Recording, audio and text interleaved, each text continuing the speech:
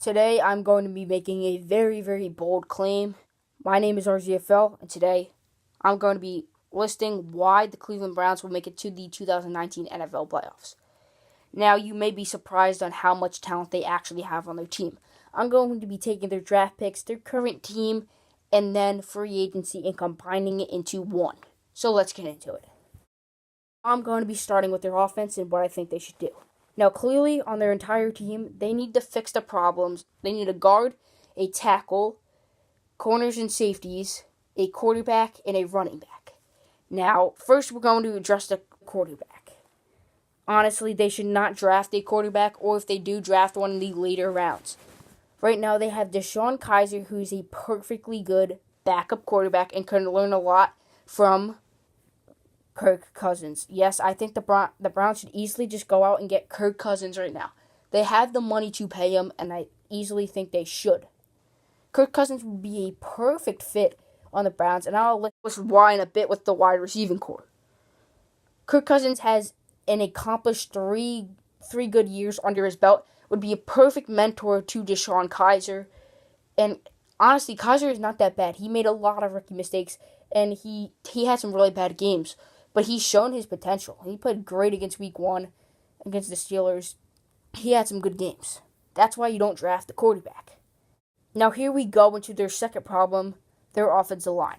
Now the Browns have two of the best offensive linemen in the league in Joe Thomas and Joel Bitonio.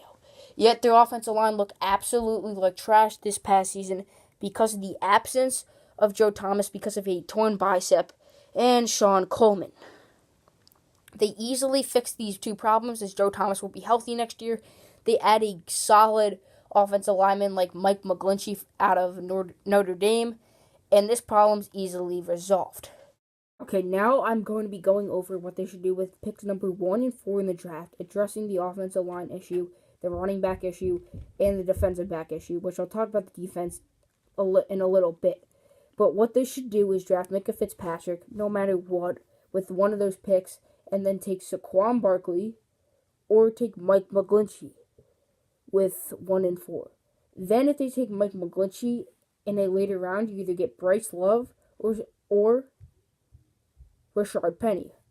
Both of those running backs are elite running backs in college football that should be available in the second, or Rashard Penny even in the third round. They would be perfect with Cleveland's 12 picks, as they could take advantage of those later picks and address those issues. Now, as I talked about running back, we'll go to there. The Browns already have Duke Johnson, who is one of the most versatile running backs in the NFL, as he's a dynamic threat both rushing and receiving, setting records for all-purpose yards, and getting a certain amount of rushes and receptions in the same season. Johnson would be perfect as the secondary back, as either Saqaun Barkley or Bryce Love or Rashard Penny take over the starting back. Now, at wide receiver, this is where it all starts to come down. The Browns already have Josh Gordon, who is a proven wide receiver, having over 1,600 yards with Johnny Manziel, Brian Hoyer, a washed-up Jason Campbell, and a career backup in Connor Shaw as his quarterback in the 2013 season. Now, Gordon has moved on from breaking the law and is now back on track in his NFL career and has proven in his late games in the 2017 season that he can be a legit NFL wide receiver like he was. Now, also at wide receiver, in the slot position, they have Corey Coleman and Rashard Higgins, who both showed potential. Now, Rashard Higgins had 2 touchdowns in that Week 17 game against the Steelers, and Corey Coleman has shown he has had nice hands besides a play I don't want to really talk about in that Steelers game, but both of them have great potential and can easily play the slot. That leaves one position wide open, the other wide receiver spot. The Browns go and sign Terrell Pryor. Pryor was the only bright spot in the 2016 Browns, and they should easily bring him back. Hugh Jackson and Terrell Pryor have a great connection with each other. And honestly, Kirk Cousins throwing to Josh Gordon and Terrell Pryor will make one of the best all-around wide receiver cores in the NFL. Don't forget about David Njoku. Njoku was the best all-around tight end in the 2017 NFL draft, having 4 touchdowns and over 300 receiving yards this past season. Honestly, this offense could be really legit. Improving their offensive line, having a stacked backfield, and a stacked wide receiving core. Just think about it. And they don't even have to make that many moves. Just utilize the picks that they have. Now we go over to the defensive side of the ball. They need corners and safeties. Minkah Fitzpatrick will help out adding a new young star to this defense. Now they will have Jason McCourty, Derrick Kindred, Minkah Fitzpatrick, Jamal Taylor, just a mix, Jabril Peppers, just a mix of veterans and up-and-coming players. Now, what the Browns must do in free agency is get Vontae Davis. Vontae Davis has just met with the Browns today, or probably a couple of days since I finished making this video. But he would be a perfect fit in Cleveland and could easily mentor the young corners that the Browns have, and would just be a perfect spot. Now, talking about the rest of their defense, the Browns have Joe Schobert, one of the best linebackers in the NFL, leading the league in tackles with 144 this past season. They also have linebacker core. They have Christian Kirksey and Jamie Collins. Kirksey is a young star, and Collins is a proven veteran.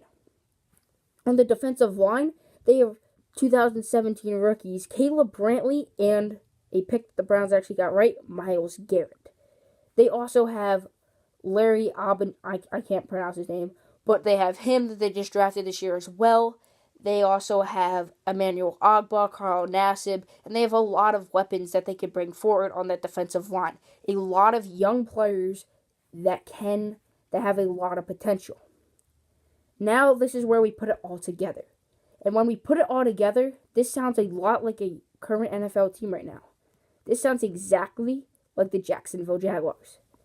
The Jaguars only had, I think, 2 or 3 wins last year. And now they made it to the AFC Championship game and could have easily, and were just inches away from making it to Super Bowl 52 due to questionable officiating calls. The Browns may be able to do the exact same thing. All of the moves I just said are exactly the ones that the Jacksonville Jaguars made. The Jaguars brought in new corners and new defensive forces like Yannick Ngakoue, Jalen Ramsey. The Jaguars had a young defense very similar to what I'm talking about with the Browns. They had young linebackers like Telvin Smith. They brought in A.J. Boye.